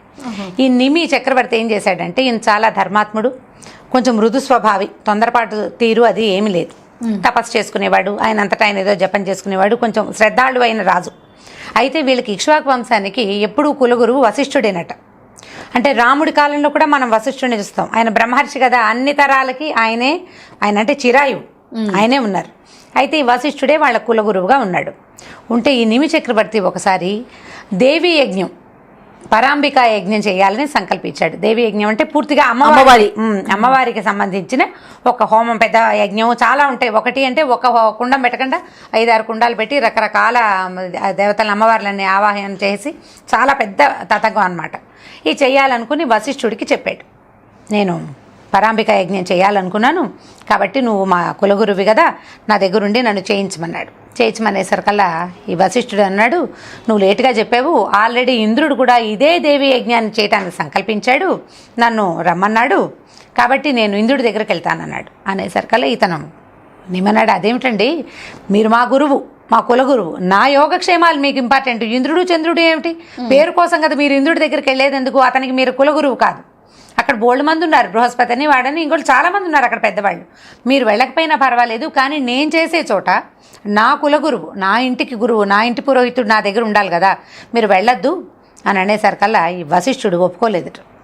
ఒప్పుకోకుండా నేను ముందే మాట్లాడాను, అతను ముందు అడిగాడు, నువ్వు ముందు అడగలేదు, నువ్వు నాతో చెప్పి సంకల్పించుకోలేదు, ఇప్పుడు నువ్వు ముందు నన్ను అడగాలి, గురుగారు హేమం చేద్దాం అనుకుంటున్నారు, మీరు ఖాళీగా ఉన్నారా, నువ్వు నన్ను అడగాలి, నువ్వు నన్ను అడగలేదు, అడగకుండా నీ అంతా నువ్వు డిసైడ్ చేసుకుని చెయ్యంటే ఎలా కుదురుతుంది, నాకు కుదరదు, నేను ఇంద్రుడికి మాట ఇచ్చాను, నేను మాట తప్పనని ఈయన కాస్త స్వర్గానికి వెళ్ళిపోయాడు ఆ హోమం చేయించడానికి. ఈ నిమికి సంకల్పం చేసాము బానకూడదు అనిపించింది అతనికి. ఓకే, గురువు వచ్చేదాకా వెయిట్ చేయకుండా ఏం చేశాడు, గౌతమ మహర్షిని, ఈ గౌతముడు ఎవరంటే శ్రీరామ కథలో మనకి అహల్య గౌతముడు కథ వింటుంటాం. అవును, అహలికి శాపమోచనం కలిగించాడు శ్రీరాముడు. ఆ అహలి తాలూకు భర్త అయిన గౌతమ మహర్షి ఉన్నాడు అప్పటికి.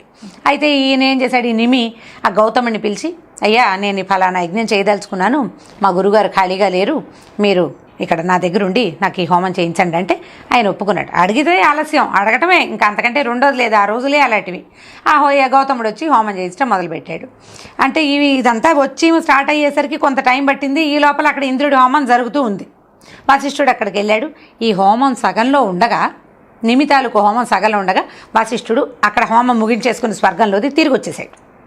వచ్చేసి సరే ద్వారపాలకుడు చెప్పాడు, నేను వచ్చానని మీకు చెప్పమంటే పగలల్లా హోమం దగ్గర కూర్చున్నట్టు అయినా కళ్ళు మంటలు పుడతాయి, సాయంకాలం అయ్యేసరికి కాసేపు నిద్రపోవాలి, రాత్రే అయ్యి ఉంటుంది. ఆయన పడుకునేసరికల్లా ఈ సైనికుడు అన్నాడు, అయ్యా రాజుగారు నిద్రపోతున్నారు గురువుగారు, మరి కాసేపు ఆగి లేపుతాను, ఇప్పుడు నిద్రలో లేపడం కష్టమండి, ఈయన పగలల్లా హోమం దగ్గర కూర్చున్నాడని చెప్పాడు.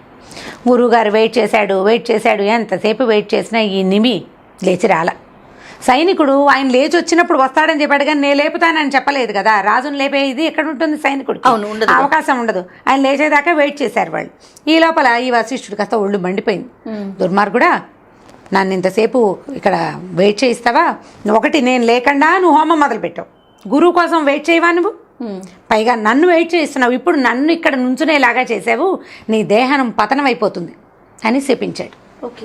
ఈ శాపము, ఈ ఘోషణ విన్న ఈ శబ్దానికి ఈ నిమి చక్రవర్తి లేచి బయటకు వచ్చేసాడు. వచ్చి చూసేసరికల్లా తెల్లబోయాడు. నువ్వు నా కులగురువి, నా మేలు కోరాలి, నా మేలు కోరి నా దగ్గర ఉండాలి, నా దగ్గర ఉండకుండా నువ్వు ఇంద్రుడి దగ్గరికి వెళ్ళి ఇప్పుడు నేను కాస్త ఆలస్యం చేస్తే, నువ్వు వెళ్ళిపోయినప్పుడు నేను నిన్నేం అనలేదు, నేను ఆలస్యం చేస్తే నన్ను శపిస్తావా, నన్నేం శపించావో అదే శాపాన్ని నీకు కూడా వర్తిస్తుంది పో అన్నాడు గురువుని. దాంతో ఈ వశిష్ఠుడు కాస్త వెళ్ళిపోయి గబగబా తన తండ్రి అయినటువంటి బ్రహ్మ దగ్గరికి వెళ్ళాడు. తండ్రి ఇట్లా అయింది, నిమి నేను శపిస్తే నిమి నన్ను ఇట్లా శపించాడు, అతనేమో పరాంబిక హోమంలో ఉన్నాడు, అతను అన్నమాట అన్నట్టుగా అయిపోతుంది, వాడు ఈయన ఋషి కానీ అవతలవాడు కూడా తక్కువ వాడేం కాదు, ఆయన గొప్ప రాజు, చాలా దయాళువు, చాలా శ్రద్ధాళువు, పైగా హోమంలో ఉన్నాడు, అతను అన్నమాట జరిగి తీరుతుంది. అప్పుడు ఏమన్నారు ఆయన బ్రహ్మ, ఇలా అహంకరిస్తే ఇదే జరుగుతుంది, ఎంత వాడైనా అహంకరించకూడదు, నీ అహంకారానికి శాస్తి జరుగుతుంది, మిత్రవరుణుల ద్వారా నువ్వు మళ్ళీ జన్మిస్తావులే, ప్రస్తుతానికి చచ్చిపో, ఏమైతే అది అయిపోమన్నాడు. ఈ లోపల ఇక్కడేమైందట, ఈ నిమి కాస్త పడిపోయేసరికల్లా ఈ హోమం చేస్తున్నటువంటి ఋత్వికులందరికీ తెలిసింది ఈ నిమి చక్రవర్తి దేహావసాన దశకు వచ్చేసాడని. దాంతో వాళ్ళు ఏం చేశారు, అయ్యో ఈ యజ్ఞం చివరికి వచ్చే లోపల ఇలా జరిగింది, ఓ పని చేద్దామని వీళ్ళు మొత్తం తమ దగ్గరున్న పుణ్యఫలమంతా ధారపోసి అతన్ని కొసప్రాణంతో ఉంచి మరణించకుండా యజ్ఞం పూర్తి చేసేశారు. అతని ఆధ్వర్యంలోనే జరిగినట్టుగా అతనికి ఫలితం వచ్చేలాగా వాళ్ళు చేశారనమాట. ఇతను ఎందుకంటే గురువుని కాదన్నా కూడా వేరే వాళ్ళని పిలిచి మర్యాదగా చేయించుకోవటంతో అతనికి అవకాశం కుదిరింది. ఈ హోమం పూర్తవగానే ఆకాశం నుంచి దేవతలు అందరూ ఇంద్రుడితో సహా వచ్చేశారు. ఎంత బాగా చేసావు, నీ ప్రాణం పోతున్నా కూడా నువ్వు ఎన్నుకున్న లెక్క ఋత్విక్కుల వల్ల, చేయకుండా. ఆ ఋత్విక్కులు వీళ్ళంతా మా ఋత్విజులు మంచివాళ్ళు, ఆ. దానివల్ల ఇది జరిగింది, నీకేం కావాలంటే అది కోరుకోమన్నారు. నువ్వు ఇక్కడే ఉంటావా, నేను బతికిస్తాం, స్వర్గానికి వస్తావా, దానికి కూడా మేము తీసుకెళ్ళిపోతాం, నువ్వు చెప్పమన్నారు. అనేసరికల్లా ఇతను అన్నాడు, నాకు శరీరం మీద ఆశ లేదు, ఈ హోమం చేయాలనుకున్నా చేశాను, పరాంబిక నాకు ఏదైనా ఇస్తే నేను దాన్ని తీసుకుంటాను అన్నాడు. అమ్మవారు కూడా లలితాంబిక వచ్చింది, నీకేం కావాలని నాయన అంటే, అమ్మ దేహం మీద ఆశ లేదు, కానీ నేను ఎప్పుడు ప్రాణుల కళ్ళల్లో ఉండేలాగా చూడు, మొత్తం ప్రపంచంలో ఉన్న ప్రతి ప్రాణి కంటి యందు నన్ను బతికిచ్చు, ఈ శరీరంతో బతకాలని లేదు నాకు అని చెప్పాడు. కంటి చూపులో ఉండేందుకు అవకాశం ఇచ్చిందట అమ్మవారు అతనికి. నిమి అతని పేరు. మనం రెప్పపాటని సంస్కృతంలో నిమిషము అంటారు, మనం మినిట్ని నిమిషం అంటున్నాం, ఆ నిమిషం అంటే రెప్పపాటు, సంస్కృతంలో దాని అర్థం అదే. దేవతల్ని అనిమిషులు అంటారు, అంటే రెప్పపాటు లేనివాడు. నిమిషము అంటే రెప్పపాటు. మన రెప్పపాటులో ఒక చక్రవర్తి ఉన్నాడు, మన కన్ను కదిలితే అతను కదిలినట్టు. అట్లా ప్రతి ప్రాణి, రెప్పపాటు లేని ప్రాణి భూప్రపంచం మీద ఉన్నది మనకు తెలిసిన చేప ఒకటే. మిగిలిన అందరికీ కప్పలతో సహా, కప్పలు, పాములు, అది లేదు, మిడతలు, చీమలతో సహా అన్నిటికీ రెప్పపాటు ఉంది. మనుషుల రెప్పపాట్లు ఎలాగూ ఉంటాయో ఈ రెప్పపాటుకి నిమి పేరుతోటి దాన్ని నిమిషము అని చెప్పారట. సో అప్పటి నుంచి ఆయన బ్రతికే ఉంటాడు, మన జీవజాలం ఉన్న నాళ్ళు ఆయన సజీవంగా ఉన్నట్టే అని అన్నమాట. ఆ కోరిక కోరుకుని తను చేసిన యజ్ఞానికి ఫలితంగా దాన్ని పొందాడు. అయితే గురువుని అతను కాదన్నాడు, కానీ అవమానించే ఉద్దేశం లేదు అతనికి. ఆ ఉద్దేశం లేకపోవటం వల్లే అతను శాశ్వతంగా ఉండిపోగలిగాడు అనమాట. చాలా బాగుంది రమ్మగారు, స్టోరీ కూడా కొంచెం కొత్తగా అనిపిస్తోంది. అదే, సో పిల్లలకి చెప్తే చాలా ఇంట్రెస్టింగ్ గాను అనిపిస్తుంది. ఒక విషయం, 2 సాంస్క్రిట్ వర్డ్స్ కూడా తెలుస్తాయి. నమస్తే రమ్మగారు. నమస్తే జయ. రమ్మగారు, మనం లాస్ట్ వీక్లో ఒకసారి విక్రమ బేతాళ కథ ఒకటి చెప్పుకున్నాం కదా, మరి ఈ వీక్ కూడా అయిపోతుంది. ఈ వీక్లో కూడా ఒకటి అందించాలి కదా మనం, విక్రమ కథ, విక్రమ బేతాళ కథ. తర్వాత మీరు విక్రమ బేతాళ కథ చెప్పినప్పుడు నేను మొన్నే ఒకసారి అడుగుదాం అనుకున్నా మిమ్మల్ని, అసలు ఎప్పటికీ ఈయన నోరు తెరవకుండా ఉంటాడు, మళ్ళీ వెళ్ళిపోయి ఆ శవం ఎప్పుడు చెట్టు ఎక్కకుండా ఉంటుంది, అసలు ఎండుందా? ఎండుంది. 25 కథలు, 25 స్టోరీస్ అయిన తర్వాత తెల్లవారే లోపలే విక్రమార్కుడు ఈ ప్రశ్నకి సమాధానం ఆయనకి తెలియక మాట్లాడకుండా ఉండిపోయాడు. ఓ, తెలియనిది కూడా ఉంది. తెలియనప్పుడే ఈ కథ ఆగుతుంది. ఆయన ప్రతి ధర్మ సూక్ష్మము విక్రమార్కుడికి తెలుసు. ఏ ధర్మ సూక్ష్మం విక్రమార్కుడికి తెలియలేదో అక్కడ కథ ఆగిపోతుంది.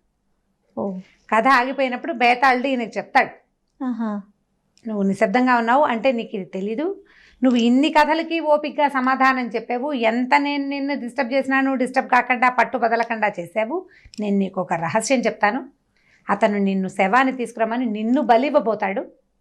ఓ, నిన్ను బలిస్తాడు, నిన్ను బలిచ్చి అతని శక్తులు పొందబోతున్నాడు, కాబట్టి నువ్వు సరిగ్గా చేస్తే నిన్ను బలిచ్చి నన్ను వశం చేసుకుంటాడు. విక్రమార్కుని బలిచ్చి మాంత్రికుడు బేతాళుడిని వశం చేసుకోవడం కోసం చేశాడు ఈ పని. నువ్వు గనక మాంత్రికుడిని బలిస్తే నీకు వశుడిని అవుతానని చెప్తాడు. ఈ 25 కథలోనూ విక్రమార్కుడు చూపించిన సంయమనము, అతను చెప్పిన ధర్మ సూక్ష్మమైన ఆలోచన విధానము బేతాళుడికి నచ్చి, అతని పట్టుదల నచ్చి, నీకు లొంగుతాను నేను, వాడికి లొంగను, నువ్వు ఆ పని చేయి, నేను చెప్పినట్టు చేయమని చెప్తాడు. ఓకే, లాస్ట్ వీక్ మనము వీడియో చేసేసి అయిపోయినాక ఈవినింగ్ అనిపించింది అనమాట, నేను రమ్మగారిని ఇది అడగలేదు కదా, అసలు ఎప్పటికీ ఈయన 25 కథలు కల్పిత కథలు పోలేడని చెప్పుకుంటాం. చరిత్ర ప్రకారం ఉన్నాయా రమ్మగారు? చరిత్ర అంటే బేతాళుడు విక్రముడే చరిత్రలో కొన్ని విధాలుగా లేరని కూడా చెప్పుకోవాలి. ఇది బాగా పురాతనమైన సంగతి కదా. ఏదో కథని ఇందులోకి టర్న్ చేశారని చెప్తారు. అది కూడా 300 ఏళ్ళు 270 ఏళ్ళు అయ్యింది. ఇక మనం ఇదే చరిత్ర కింద భావిస్తున్నాం అంతే. ఎప్పుడు పరమ సాహసికుడు అయిన రాజు అనగానే మనకి విక్రమార్కుడే, అంతే అంతే. ఇక పరమ సాహసికుడు అయిన వాడు ఇంకొకడు లేడు మన చరిత్రలో, ఆయన విక్రమార్కుడు. బ్రిలియంట్, బ్రిలియంట్, తెలివైన వాడు, సాహసి, అతను పరమ సాహసికుడు కదా. ఈ రోజు కథ ఆరావళి పర్వతాలని ఉన్నాయి. ఇప్పుడు ఎక్కడ ఉన్నాయి మనకి? గుజరాత్ వైపు వింధ్య ఆరావళి. ఈ ఆరావళి పర్వతాలకి ఎగువన దిగువన బోల్డన్ రాజ్యాలు ఉన్నాయి. ఆరావళి పర్వతాలకి దిగువనున్న మహి అని ఒక రాజ్యం ఉందట, చిన్న రాజ్యం. అయితే ఈ పర్వతాల ఎగువన ఒక కరాళుడు అనే పేరున్న ఒక మ్లేచ్ఛరాజు ఆ దేశం మొత్తం వాళ్ళందరినీ పట్టేసి ఆ పక్కంతా ఆక్యుపై చేసేసాడు. పర్వతం పంక్తి కనుక దిగితే కిందున్న రాజ్యాల మీదకి ముందు ఈ మహి మీదకి, ఆ తర్వాత మిగిలిన రాజ్యాల మీదకి వస్తాడు. అయితే ఈ ముందు రాజ్యాల్లో అతను చేసినటువంటి విపరీతమైన మారణకాండతోటి బెదిరి ఈ కింద రాజ్యాల వాళ్ళు ఏం చేశారంటే అతనితో సంధి చేసుకున్నారు. నువ్వు దిగి రావద్దు, పర్వతాలు దిగి రావద్దు, నువ్వు అక్కడే ఉండు, నీకు ఏటా ఇంత కప్పం మేము చెల్లిస్తాం. ఎందుకంటే ఇప్పుడు ఒకసారి ఒకడు దుర్మార్గుడైన రాజు కనుక యుద్ధానికి వస్తే వాడు రాజ్యం జయించి ఊరుకోడు, రాజ్యాన్ని నేలమట్టం చేయాలని చూస్తారు. అవును, ప్రజల్ని సుఖంగా సంతోషంగా ఉండనివ్వడు, హాయిగా ఉండదు జీవితం. అందుకని ఈ రాజులు ఏం చేశారు, తెలివిగా సంధి చేసుకున్నారు అతనితోటి. సరే, ఈ మహి అనే రాజ్యం వాళ్ళు చేసుకున్న సంధి ఏంటంటే పరమ వికృతమైన సంధి. అతను అడిగాడు ఇలా ఇలా కావాలని. అతను ఏమడిగాడంటే ప్రతి సంవత్సరం 20 మంది యువతులని వాళ్ళ రాజ్యానికి పంపించాలి. వీళ్ళందరూ 15 సంవత్సరాలు పైబడిన అమ్మాయిలు, ఏటా 20 మంది అమ్మాయిలని ఆ రాజ్యానికి పంపించాలి. ఈ రాజ్యానికి పంపించేటప్పుడు ఈ ఆరావళి కొండలు దాటి వెళ్ళాలి కదా. ఈ కొండలు మీదకి వెళ్ళినప్పుడు ఈ మధ్యలో దారిలో ఒక కనుమ ఏదో ఉంటుంది, ఒక దారులు 4-5 దారులు కలిసేది. అక్కడ దాకా తీసుకొచ్చి వదిలిపెట్టేస్తే ఈ అమ్మాయిలే నడుచుకుంటూ పోవాలి ముందుకి. అక్కడ ఒక గుంపు సైనికులుండి వాళ్ళు ఆ సన్నటి మలుపు అవి దాటి వాళ్ళు లోపలికి వెళ్ళాక అక్కడ ఉన్న వాళ్ళు ఈ అమ్మాయిల్ని రాజ్యంలోకి తీసుకెళ్ళిపోతారు. ఇది పెట్టుకున్నారు. ఆడపిల్లల్ని పంపించడం అంటే ఏమిటి అర్థం, తమ తాలూకు పరువుని పంపించడం. ఎప్పుడూ సంధిలో స్త్రీలు భాగస్వామ్యం ఉండదు. స్త్రీలని ఎప్పుడైతే మధ్యకి తెచ్చారో పరువు తక్కువే అది. ఇంకా వేరే దారి లేక వీళ్ళు దానికి ఒప్పుకున్నారు. సరే, ఏమైందట, ఇట్లాగే పంపిస్తూ వచ్చేవాళ్ళు. ఏట కొంతకాలానికి రాజుగారి అమ్మాయి వంతు కూడా వచ్చింది. రాజుగారి అమ్మాయి పేరు లీలావతి. ఆ అమ్మాయి కొంచెం మంచి సౌందర్యవతి. అయితే ఏం చేశారు, ఆ సంవత్సరం పైగా ఈ చుట్టాలు పక్కాలు అందరూ కూడా ఈ కనుమ దాటాక ఇక ఎవ్వరూ వాళ్ళతోటి రాకూడదు, ఒట్టిగా ఆడపిల్లలే నడుచుకుంటూ పోవాలి, అంతే, కనుమ వరకే రావాలి, ఆ తర్వాత ఇక రాకూడదు లోపలికి. అట్లా అని పంపిస్తారు. ఏమైంది, ఈ రాజకుమార్తె కూడా వాళ్ళతో పాటు బయలుదేరింది. 20 మంది అమ్మాయిలు.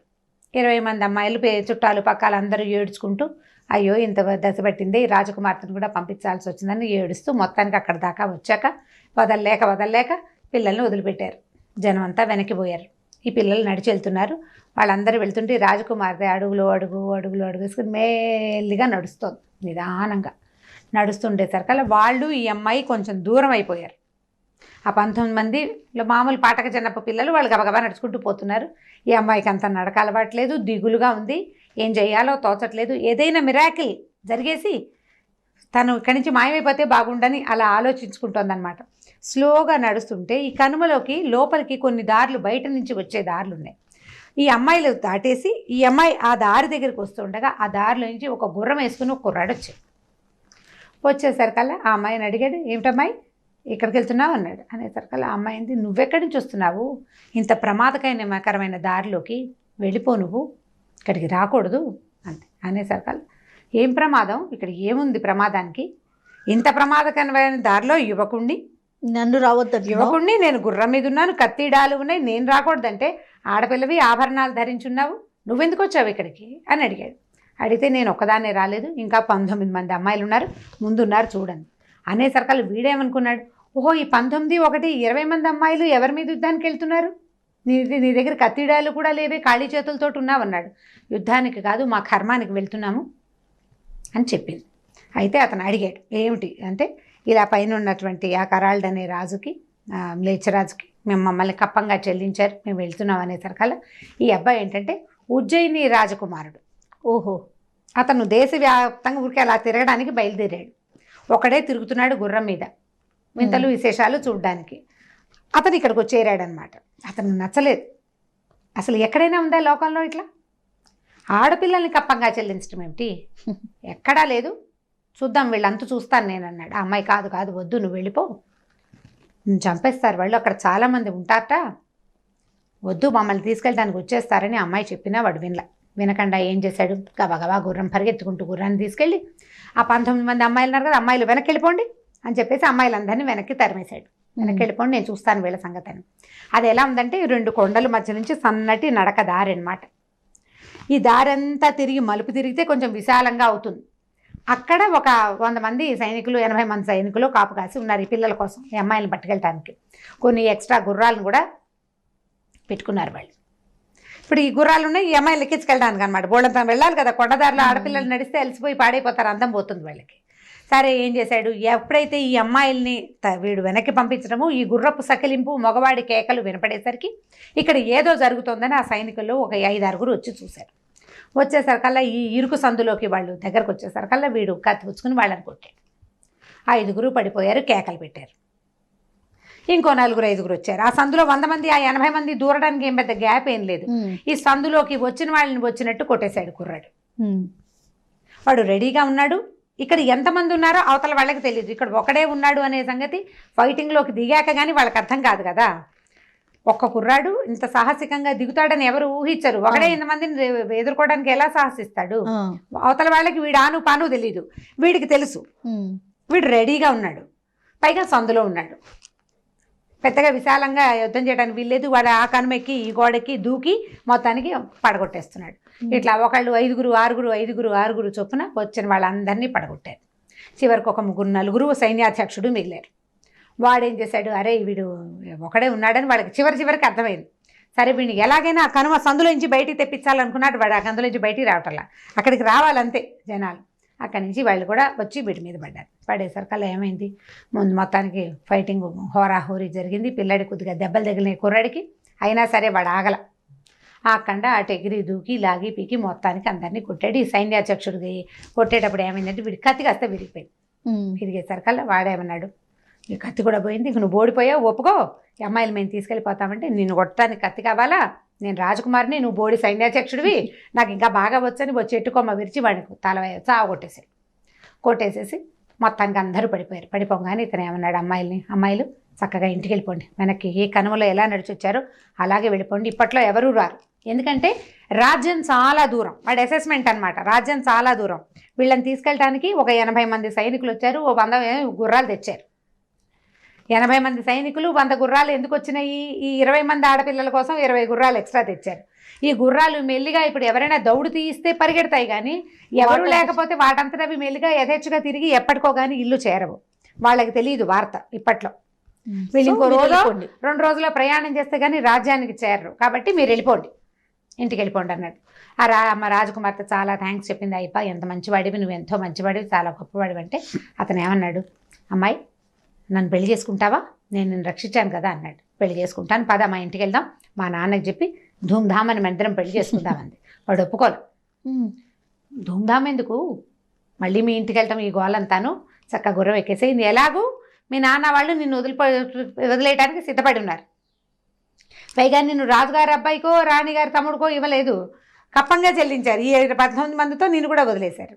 నిన్ను ఎలాగో వాళ్ళు వదిలిపెట్టేసుకున్నారు, నువ్వు నాతో గుర్రం ఎక్కి వచ్చేసాయి, మన ఊరు వెళ్ళిపోదాం అని చెప్పాడు. చెప్పేసరికల్లా ఈ అమ్మాయి కాస్త ముందు వెనక ఆలోచించుకుని సరేనని గుర్రం ఎక్కేసింది. వాడేమో అమ్మాయిని తీసుకుని వెళ్ళిపోయాడు. కుర్రాడితో పాటు ఆ అమ్మాయి వెళ్ళిపోయింది, అయిపోయింది కథ. కుర్రాడు అమ్మాయిని తీసుకెళ్ళిపోయి వివాహం చేసుకున్నాడు అని చెప్పాడు భేతాళు. చెప్పి రాజుని అడిగాడు, రాజా, కుర్రాడు ఉజ్జయిని రాజకుమారుడు ఒక రాజకుమార్తెని రక్షించాడు. రక్షిస్తే దాన్ని చెప్పుకోవాలి కదా నలుగురికి. వాళ్ళ నాన్న దగ్గరికి వెళ్ళి మామూలుగా సాంగంగా వివాహం చేసుకోకుండా ఎందుకు ఆ అమ్మాయిని తీసుకెళ్ళిపోయాడో చెప్పు. ఇందులో ఉన్న ధర్మ సూక్ష్మం నీకు తెలిసి చెప్పకపోతే నీ తల 1000 వక్కలవుతుంది అన్నాడు. రాజుగారికి తెలిసిపోయింది ధర్మ సూక్ష్మం ఏమిటి అని. ఏం చెప్పాడంటే, విక్రమార్కుడికి తెలిసిపోయింది కథలో ఉన్న సూక్ష్మం ఏమిటి, ఎందుకు రాజకుమారుడు ఆ అమ్మాయిని ఇంటికి తీసుకెళ్లకుండా తన ఇంటికి తీసుకుపోయాడు. సాంగంగా ఇక్కడ వివాహం చేసుకుని అన్ని లాంఛనాలతోటి పెళ్లి చేసుకోకుండా దొంగలాగా పిల్లని తీసుకుపోయాడు. ఎందుకు తీసుకుపోయాడు అంటే, వాడికి అవతలున్న కరాలుణ్ణి ఎదిరించే ఉద్దేశం లేదు. తాత్కాలికంగా 80 మందిని కొట్టి ఆ అమ్మాయిని తీసుకెళ్దాం అనుకున్నాడు అంతే. ఇప్పుడు వీడు కనుక వెనక రాజ్యానికి వెళ్ళి సాంగంగా పెళ్లి చేసుకుంటే కరాళ్ళు వచ్చి వీళ్ళ మీద పడతాడు. ఇప్పుడు వాడి సైన్యం మొత్తానికి సమాధానం చెప్పాలి. ఇప్పుడు ఎవరు చేశారో తెలియదు. 19 మంది అమ్మాయిలు వెనక్కి వెళ్ళిపోయారు, ఇక్కడ ఇంతమంది చచ్చిపోయారు. వాళ్ళు పడతారు, మనకెందుకు, నాకు అమ్మాయి నచ్చింది అంతే. వీడు కేవలం లీలావతి కోసమే ఈ 80 మందితోటి యుద్ధం చేశాడు. రాజ్యాల మధ్య యుద్ధం చేసే ఉద్దేశం వాడికి లేదు. ఆ అమ్మాయి కూడా మా అమ్మ నాన్న నన్ను కప్పంగా వదిలేశారు, నేను ఎవరిని చేసుకుంటే మాత్రం వాళ్ళకేమిటి అని ఆలోచించుకుని అమ్మాయి వెళ్ళిపోయింది వాడితోటి. బాగుంది అని చెప్పి వెళ్ళిపోయింది. అందుకే వాడు ఆ అమ్మాయిని తీసుకెళ్ళిపోయాడు అనగానే బేతాళుడు వికటాట్టహాసం చేశాడు. బ్రహ్మాండంగా చెప్పావు, చాలా కరెక్ట్గా చెప్పావు. అదే వాడి ఉద్దేశం, అదే ఆ అమ్మాయి ఉద్దేశం. కానీ నువ్వు మాత్రం మౌనభంగం చేసావు రాజా. ఇక నేను నీతోటి రాను, పదా నేను వెళ్ళిపోతున్నానని శవంతో సహా వెళ్ళి రివ్వమని మర్రి చెట్టు మీదకి వెళ్ళిపోయాడు. పట్టువదలని విక్రమార్కుడు మళ్ళీ వెనుదిరిగి కత్తి చేత్తో పుచ్చుకొని మర్రి చెట్టు వైపుకి నడవటం మొదలుపెట్టాడు. సూపర్, బాగుంది కథ, బాగుంది కదా, ఇంట్రెస్టింగ్ అనిపిస్తుంది. అంటే ఈ కథలో ఉన్న సూక్ష్మం మనకు అర్థం కావాలి, అంతే. తెలివిగా ఆలోచించగలగాలి. ఆలోచించాలి. సో పిల్లలకి మనం ఆ చాయిస్ వదిలేస్తే వదలచ్చు, వాళ్ళు వాళ్ళ ఆలోచించుకోవచ్చు. ఒపీనియన్స్ ఏంటో బయటకు వస్తాయి కదా. అంటే ఇప్పుడు ఈ కాలపు ధర్మాలు వేరు, ఆ కాలపు ధర్మాలు వేరు కదా. ఇది చెప్పగలుగుతారు, చెప్పలేకపోతారు, కానీ రకరకాల ఆలోచనలు అయితే వస్తాయి కదా రమ్మగారు. వస్తాయి, ఏదో ఆలోచన వస్తుంది, కొత్త ఆలోచన వస్తుంది. ఒక 13-14 ఏళ్ల పిల్లలు అయితే ఆలోచించగలుగుతారు. లేకపోతే పిల్లలు కథ వినడానికి ఇంట్రెస్టింగ్ గా ఉంది కదా, ఒట్టి కథ అయినా చెప్పుకోవచ్చు. రైట్, చాలా బాగుంది రమ్మగారు. నమస్తే. నమస్తే జయ. ఈ వీడియో కనుక మీకు నచ్చినట్లయితే లైక్ చేయండి, షేర్ చేయండి. మరిన్ని వీడియోస్ కోసం మా ఛానల్ని సబ్స్క్రైబ్ చేసుకోండి.